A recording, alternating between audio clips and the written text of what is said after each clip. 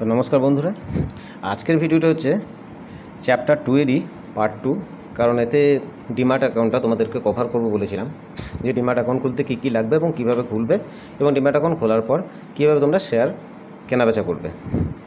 তো দেখো, প্রথমেই আমি বলে রাখি যে এর আগে তোমরা চ্যাপ্টার 1 আর চ্যাপ্টার 2 যদি ভিডিও না দেখে থাকো, তাহলে আমার চ্যানেলে ভিজিট করে অবশ্যই চ্যাপ্টার 1 এবং চ্যাপ্টার 2 দেখে নেবে। কারণ আমি শেয়ার মার্কেটের সম্পূর্ণ কোর্স ফ্রিতে বাংলায় দিচ্ছি। এতে তোমরা A to Z সব কিছু পাবে। এবং কোনো রকম যদি তোমাদের কোনো ডিসপুট থাকে, কিছু বুঝতে না পারো, কমেন্ট সেকশনে অবশ্যই জানাবে। ভিডিওটি যথাযথ সবাইকে শেয়ার করো। চ্যানেল নতুন হলে চ্যানেলটা সাবস্ক্রাইব করে রাখবে নতুন নতুন ভিডিও পাওয়ার জন্য। তো দেখো, শেয়ার কীভাবে কেনাবেচা করবে। শেয়ার বাজারে শেয়ার কেনাবেচা করার জন্য তোমার দরকার একটা ডিম্যাট অ্যাকাউন্ট। ডিম্যাট অ্যাকাউন্ট কি না, যখনই তুমি কোনো শেয়ারকে কিনবে, তা সেই শেয়ার কেনার জন্য এই ডিম্যাট অ্যাকাউন্টের দরকার, যেখানে তোমার ব্যালেন্স থাকবে।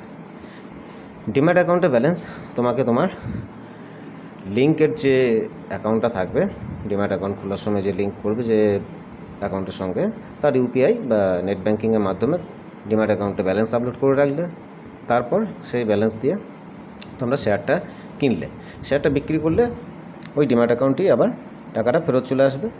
এবার যদি সেই টাকা তোমাদের উইথড্রল করতে হয়, তো সেখানে অপশান থাকে উইথড্রল, এবং অ্যামাউন্ট দিয়ে উইথড্রল করলে 24 ঘন্টার মধ্যে তোমার সেই রেসপেক্টিভ অ্যাকাউন্টে টাকাটা আবার ঢুকে যায়।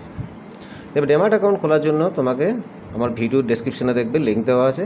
ভিডিওর নিচেতে ডেসক্রিপশনে ওখানে লিঙ্ক থাকবে। ওই লিঙ্কে ক্লিক করে তোমরা ডিম্যাট অ্যাকাউন্ট খুলতে পারো, কোনো পয়সা লাগবে না, ফ্রি। তারপর তোমরা ডিম্যাট অ্যাকাউন্টটা হয়ে গেলে তোমরা শেয়ার কেনাবেচা করতে হবে। তাই ডিম্যাট অ্যাকাউন্ট খোলার জন্য তোমাদের কী কী লাগবে দেখো। লাগবে প্যান কার্ড এবং আধার কার্ড। প্যান এবং আধারের নাম, ডেট অফ বার্থ যেন ঠিক থাকে।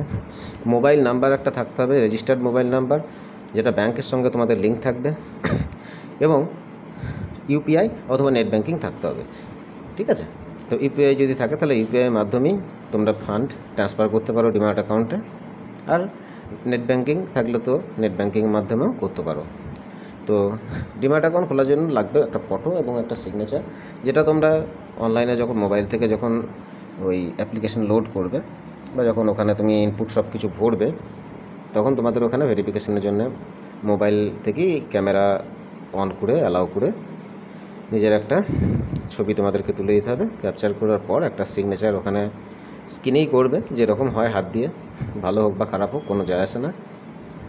আধার কার্ডের সঙ্গে ভেরিফিকেশন হয়ে গেলে আর কোনো অসুবিধা নেই। আধার কার্ডের সঙ্গে মোবাইল নাম্বার যেন অবশ্যই যুক্ত থাকে, কারণ আধার ওটিপি দিয়ে তোমার ডিম্যাট অ্যাকাউন্টটা ভেরিফিকেশন হবে।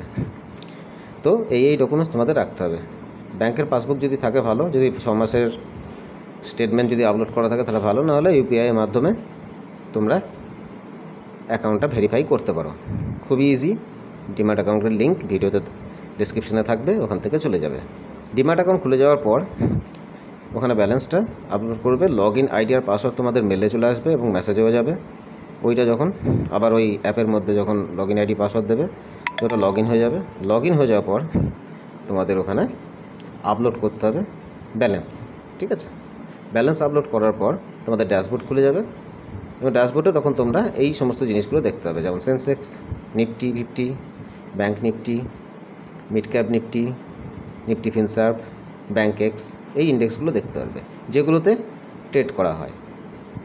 এগুলো উপরে গেলে নিচে গেলে কখন কি কিনতে হয় বা বিক্রি করতে হয়, যেমন call option, put option, future. তা এই জন্য তোমাদের ওয়েট করতে হবে চ্যাপ্টার 3 ডেরিভেটিভস। তো আজকের জন্য এটুকুই। ভিডিওটা অবশ্যই ভালো লাগলে তোমাদের সকলকে শেয়ার করবে।